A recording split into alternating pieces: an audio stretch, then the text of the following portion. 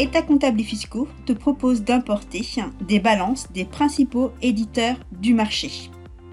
Pour vérifier que le format que tu as besoin est disponible, tu peux aller dans l'emplacement C, utilisateur, public, documents publics, Sage, États comptables et fiscaux, documents standards et format de balance.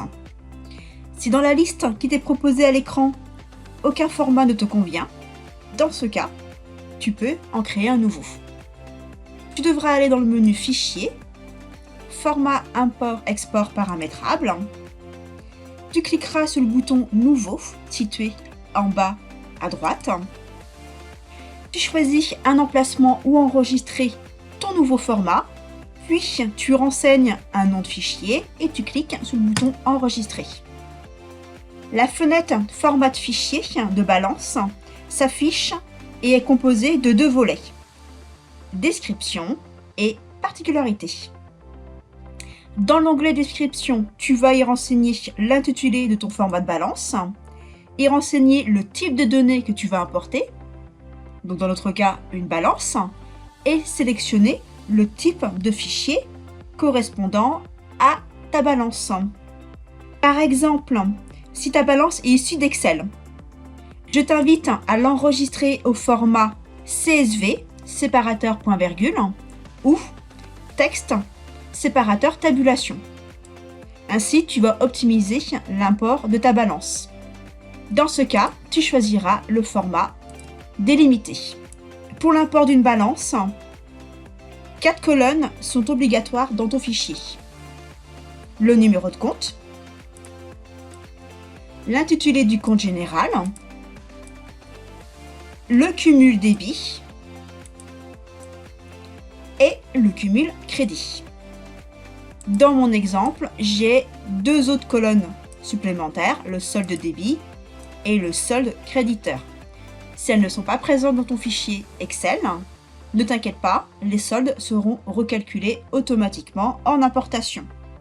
Ensuite, dans l'onglet Particularités, tu vas définir les paramètres de ton fichier texte. Tu vas y définir le délimiteur d'enregistrement.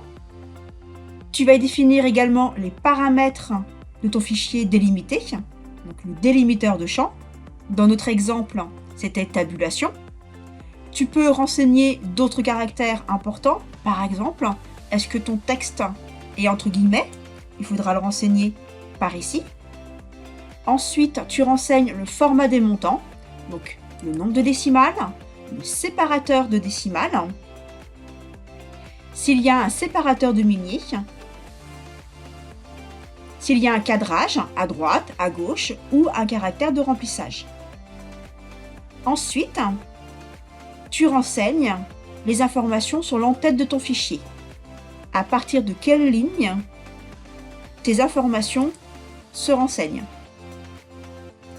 Dans mon exemple, ça commence à la ligne numéro 2 parce que j'ai un en-tête de fichier.